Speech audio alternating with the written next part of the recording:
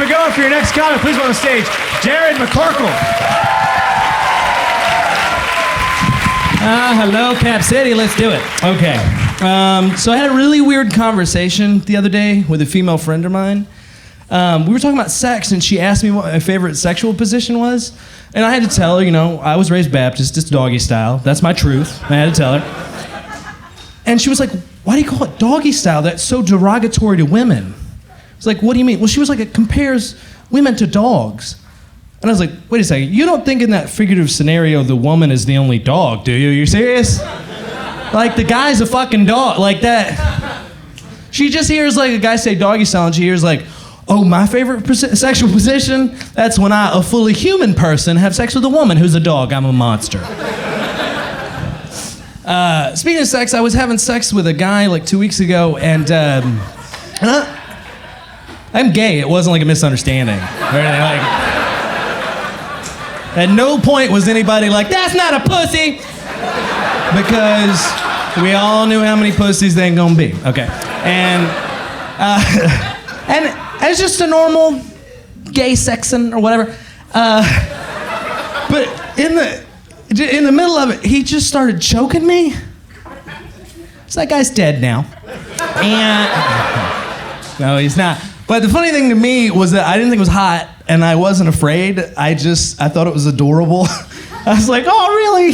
You're gonna try to do that with your weak little gay hands? Really? Really? You're gonna need a belt and a gun if you want the stakes up. Plot thickens. I am also a veteran of the Iraq War. That is true. Everybody clap. You can give me $5 after the show. I'll appreciate it. Thank you very much. It was weird being gay in the Army because they would discriminate against me in like subtle little ways. Like they'd only let me fight the gay bad guys. I don't know how. Like, how does that help terrorism?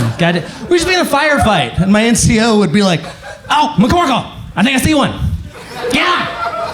Get him!" I think I saw him sashaying as he dived behind that flaming Toyota Corolla. I just like oil myself up for America. Also, so I'm a gay veteran, and that's super weird for me on Facebook specifically.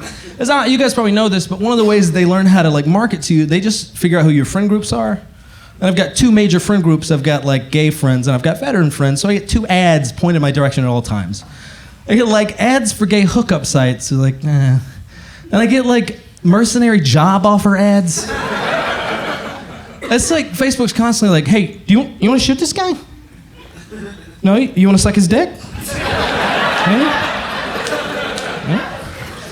Like, if I'm honest, it's yes to both, usually. You know what I mean? Just like not in that order. So I'd be blowing a dead guy. Exactly, yeah. We don't want to do that. So speaking of death, like I think about that sometimes, you know, because I do comedy or whatever. And you know what fucking gets me about it? Like, I always wonder what they're gonna do with my body. You know what I mean? Like, most people, when they die, they just have their body, like, you know, buried or whatever. That's a wasted opportunity. Like, I have a really good idea, right? You guys can use this. I just want to have my remains, like, scattered on a beach. Like, the trick is, I don't want to be cremated. Like, I just want my body cut up into several softball-sized chunks and just like scattered in front of some rich douchebag's Palm Beach condo. Cause fuck them. That's what, because like at low tide, it'd look like a Red Lobster exploded. It'd be fucking awesome. Play bocce ball now, motherfucker. So I'm in Texas. I love Texas. I do not belong in Texas though, because in Texas there are cowboys, and where there are cowboys, there are horses, and I'm terrified of fucking horses. And some of you are confused, but I'll explain. With horses, the power to finickiness ratio is way the fuck out of whack, and it's not okay. And you wouldn't be okay in any other situation. Like if I was like, hey, let's go hang out with my friend Brian. You'd be like, okay, well, what's Brian like? Well, you need to understand, Brian's about 1,000 pounds. Okay. And if you scare Brian, he's gonna kick you in the spine and paralyze you for life. That's happening to you. And you're like, oh, you mean if I threaten him or something? Like, no, if you just approach Brian at an odd angle, he'll kick you in the face, probably gonna die, you'll die.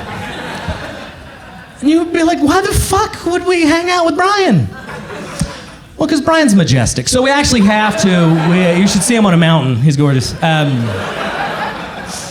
I'll end with this. I looked at the audience earlier. This is a really nice audience. That's pandery, but it's a very diverse audience. There's so many different kinds of white people here tonight. Congratulations, all. And I was in a really difficult racial situation. I didn't know what to do.